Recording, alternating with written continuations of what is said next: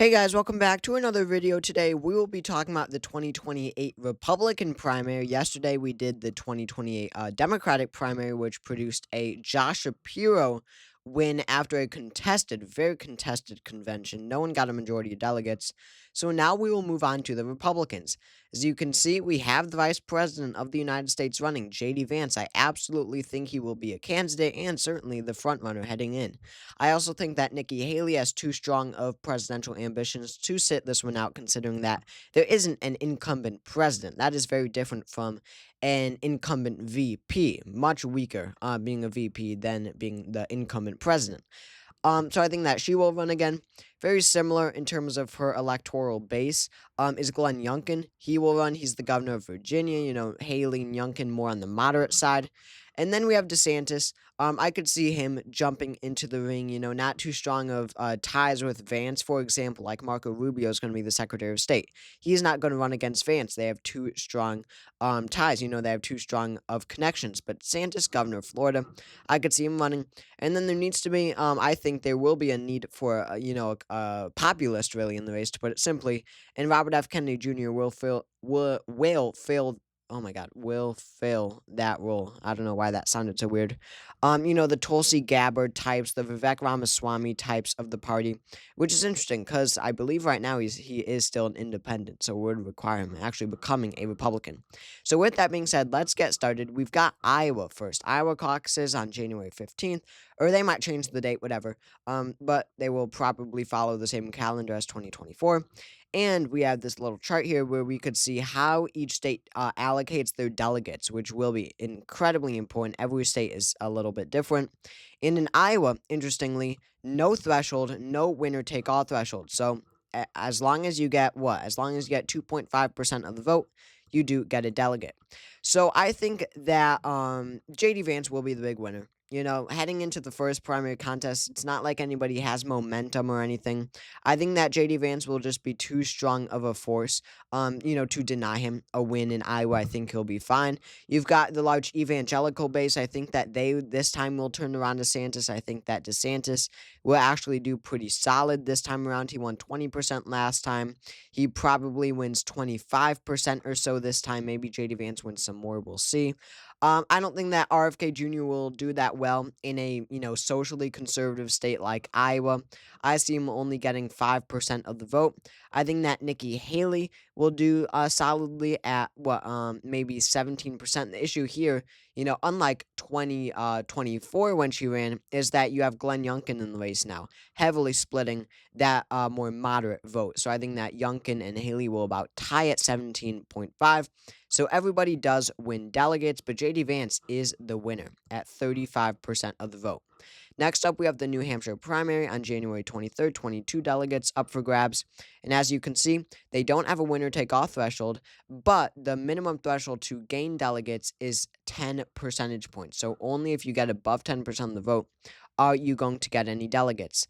And really, the only one who doesn't is Ron DeSantis. I think that DeSantis, as shown in 2024 in the polling and data points, he doesn't do very well in these more independent minded, just less socially conservative states, right? More socially moderate or socially liberal.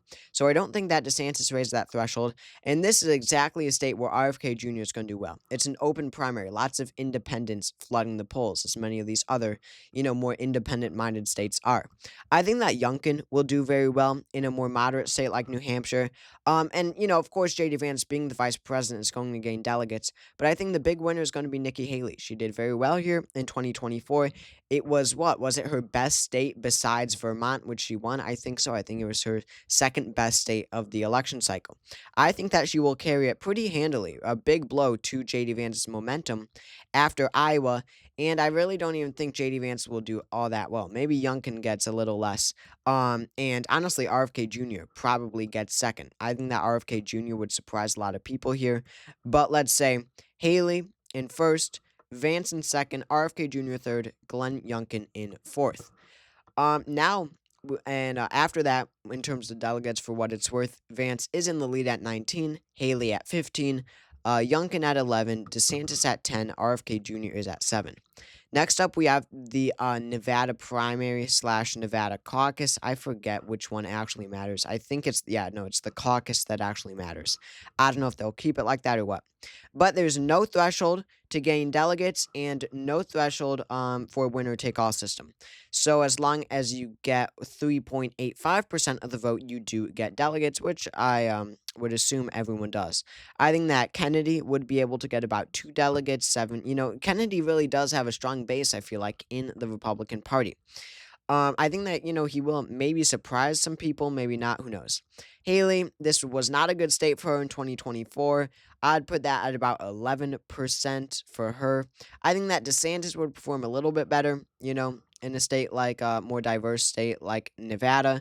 I'd put him at 15, sorry. I think that Youngkin would do pretty well here in a more I don't know why exactly, and he doesn't have that much momentum either. So I'm not really gonna make him do that well. But I think that JD Vance would absolutely crush the competition here. I am comfortable putting him at 50%, compared to all the others. So would anyone drop out at this point? Well, you've got JD Vance. He's won 2 out of the 3 states. So Nikki Haley, of course, isn't dropping out. She's got her home state of South Carolina next. You've got Glenn Youngkin, who hasn't won a state yet, but he has won delegates in all 3 of these states, as well as DeSantis. I think no, DeSantis missed out on New Hampshire, but again, he came back in Nevada to get some delegates. I really think that South Carolina will be a deciding factor for many of these candidates as to if they will drop out. You've also got Virgin Islands. I don't even think they vote. I bet that they're so normy. I bet that they'll split between, let's say, DeSantis, and there's a lone delegate who votes for Kennedy, and then the rest go to Vance. So it's like tied. And then we've got the state of South Carolina. Of course, this is Nikki Haley's home state. One of the first 4 big contests. And this is an interesting delegate allocation because they do a winner take all system, except each congressional district. I think they have 7 congressional districts, and each one, the winner of each congressional district gets three delegates. So it's that, and then the rest go to the winner. That's how it is. So it'll be very interesting to think here. So I do think that Nikki Haley will win. She did, pretty strongly in South Carolina. In 2024, she actually outperformed polling expectations. I believe that DeSantis will perform pretty strongly here, and that'll win him 1 congressional district. I think that JD Vance will win about 3 congressional districts, but the rest go to Nikki Haley. And even though it is an extremely narrow win, she does win the entirety of the rest of the delegates. So that puts her in the lead. Now she's at 56. Vance is at 45. DeSantis at 21. Youngkin at 15. RFK Jr. at 10. At this point, I do think that it's hard to tell honestly, but I would bet that Youngkin does drop out after Nevada and South Carolina, 2 very disappointing finishes. I think that Youngkin would drop out and definitely, almost definitely, endorse Nikki Haley. I honestly bet RFK Jr. just stays in for the heck of it. Remember, in his independent presidential race, he stayed in way longer than he should have. He didn't have a chance really, but he stayed in. So I bet that Kennedy really does stay in, honestly, until Super Tuesday. I think that he performs in Super Tuesday, tries to win, independent states like Maine and Colorado and Minnesota and stuff like that.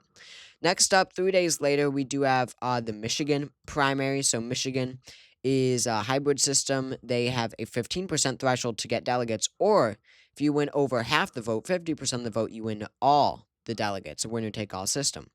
So again, Youngkin is out of the race right now, so it's between Vance, Haley, Kennedy, and DeSantis. So who wins over 15%? Well, Vance is going to win the state, that's for sure. In these more, working class blue collar states, I think that Vance will come out on top. And I don't think it'll be particularly close between Vance and Haley, but at least Haley does manage to win delegates because Vance does not get over 50% of the vote. And then, so just looking at the map here, it's pretty even. It's 3-2, a close race between Haley and Vance. Next up, we have, somewhat important of a state, I should say, of a date.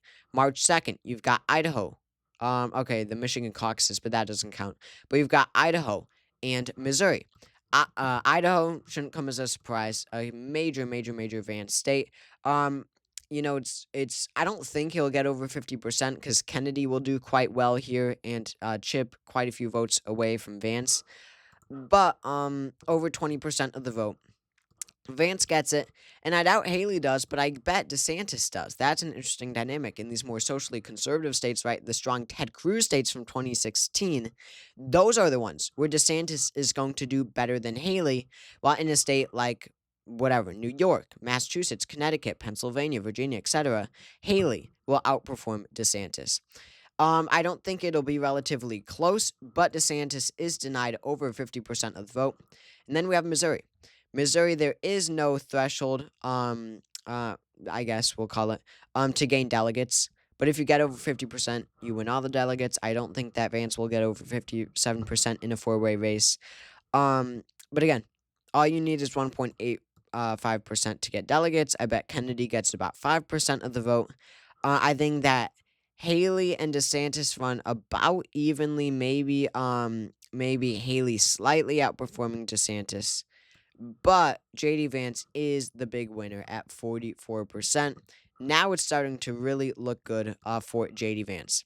Then you've got DC and North Dakota. DC, I think, will really be a sweep for I don't know the delegate rules here. I think it was winner. Yeah, no, it was winner take all in 2024. I remember for some reason. So Haley absolutely sweeps Washington D.C.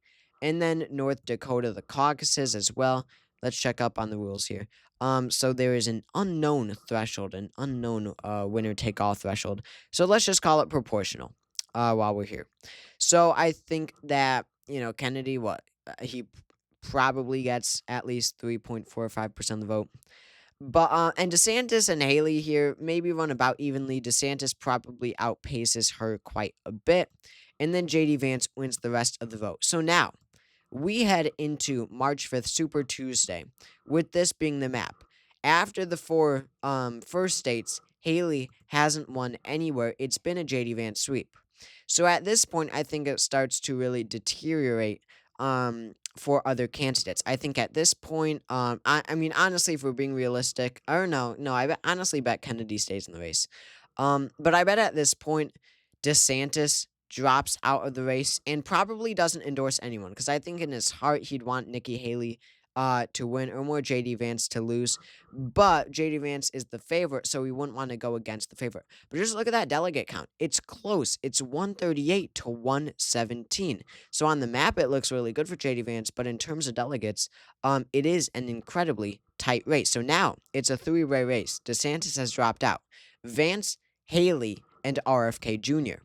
So let's move on to Super Tuesday. You've got Alabama. So Alabama, 20% threshold. And now we, might start to see JD Vance climb over that 50% threshold to win all the delegates. I think in Alabama, he does. That puts him in a much better position just like that. In Alaska, they have a 13% threshold to get delegates. And I think that this is interesting because Kennedy runs about evenly. I should say everyone runs about evenly with each other. I don't think that this is a good state for JD Vance. I really don't. I honestly think that Kennedy could take the win here. Yeah, he won 6% of the vote. Or no, it wasn't 6%. It was like, yeah, no, it was like under 2%. But he did very strongly in Alaska compared to other states, despite being a dropped out candidate this election cycle. I really think that JD Vance would come close, but I think that Kennedy would honestly win the state of Alaska. I know that's a hot take. And then Arkansas, we have. So Arkansas, 15% minimum threshold, but a 50% threshold to get all the delegates, and JD Vance will do just that. That's huge. Now he has a giant lead. And then you've got California, extremely important state, where somehow, I think, isn't it winner take all in California for some reason? Yeah, that's from 2019. But they're not telling me what the thresholds are. But we'll call it proportional. So Kennedy does honestly kind of strong in California. He's got a lot of support in California. He's at 8%. And after all this momentum, we're just looking at the map, I think that this will be a pretty close state. But being the VP is too much to handle for Nikki Haley. I think that Vance will win in California. So next up, we have Colorado. Colorado is winner take all, and this is one where I do think that Haley will win. She had a very strong performance in 2024, and Kennedy will do very well here, really splitting that conservative vote from Vance. I think that Haley wins all the delegates from Colorado. That's a major win for her campaign. Next up, we have Maine, where it's a 10% threshold to get delegates, or 50% threshold for winner take all. Um, I don't think that 50% is within the realm possibility for anyone, but I do think that Haley wins here, also one of her stronger states from the primary. But Kennedy is strong here as well, probably about a quarter of the vote, while the rest is split between Vance and Haley. Let's see. Yeah, about a 10-point win, but whatever. Next up, after Maine, we have Massachusetts and then Minnesota. Massachusetts is a 5% threshold to gain delegates, to get delegates, or a 50% threshold to get all the delegates. So you've got Vance.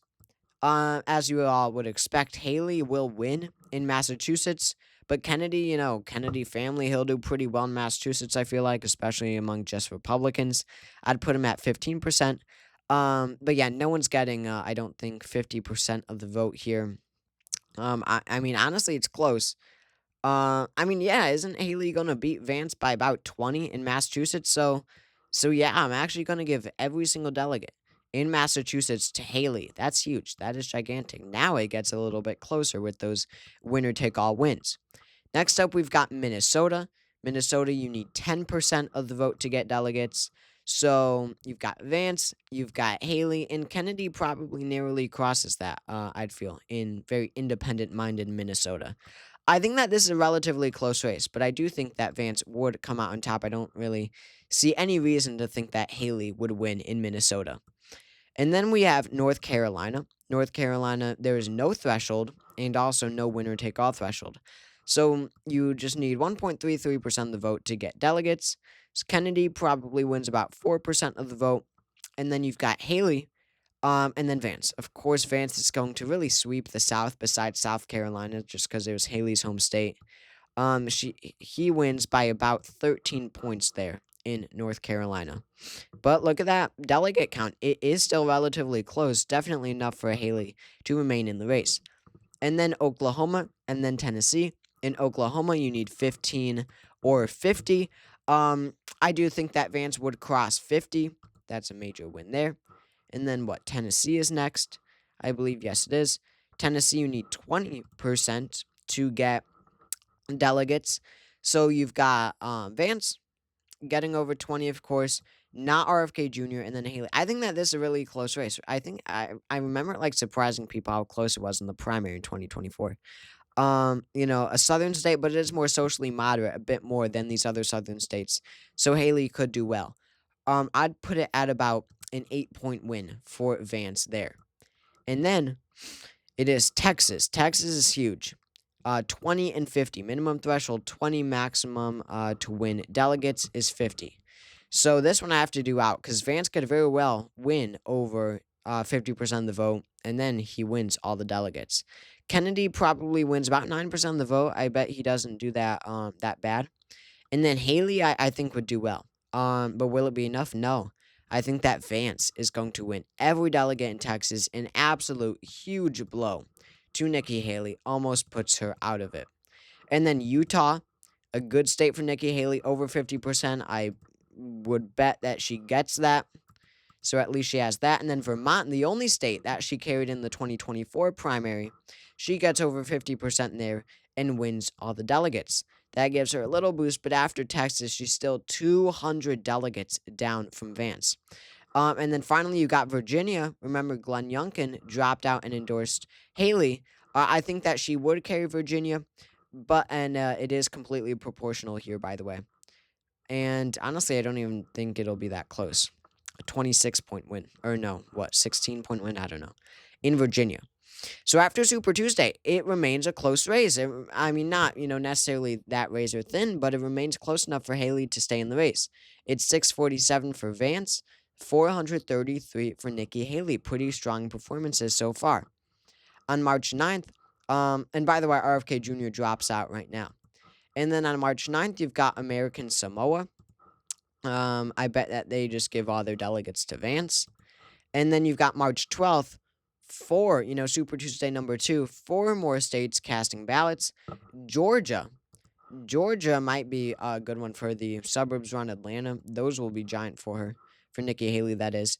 20% or 50%. And now in a two-way race, people are going to get over 50% of the vote consistently. And, you know, it's probably too crazy, after her run against Trump. Vance is probably favored to win the state of Georgia, right? If we're being realistic. And then you have Hawaii. So Hawaii, no threshold, no winner take all threshold or anything. And Haley would lose pretty badly here. This is a very Trumpian state. It's not even that close. And then you've got Mississippi. So Mississippi, 50% threshold to get all the delegates. Vance would absolutely accomplish that. And then you've got the Washington primary. You need 50% there. Vance probably still favored, right? I don't think that Haley will be favored there. So after that, that's a very diminishing day for the Haley campaign. Now she's only at 441. Vance all the way up at 808, almost double the amount of delegates that she has. But you know what? I bet she stays in a bit longer, at least for March 19th. You got Northern Mariana, and then you've got Guam. In Northern Mariana, they gave all their delegates to Vance as well as Guam. And then on March 19th, you've got Arizona. So Arizona is a winner take all. This is a more moderate state in terms of the Republican voters. I think that they would pick Nikki Haley. Honestly, no. I think that they would pick J.D. Vance, actually, on second consideration. You've got Florida. Florida is winner take all. Vance is going to win there. And now you start to see it's going to be over. And then you've got Illinois and Kansas. So in Illinois, let's say it's proportional. Vance would win. At this point, he has the momentum, remember, but it is actually pretty close. Not 3 points, but you get the idea. And then Kansas and Ohio. So Kansas, you need 10% to get delegates, so Haley will achieve that. This one's honestly going to be a pretty close one, but Vance still does win. And then Ohio is winner take all. So Ohio, J.D. Vance's home state, he wins all that. So now Vance is over 1,000 delegates. He's at 1131. Haley is only at 485. Youngkin at 15. DeSantis at 52. RFK Jr. at 54. At this point, Haley drops out. She's losing state after state. She's losing. Now that it's winner take all basically every time since people are getting over 50%, then there isn't a path to victory for her. So in the end,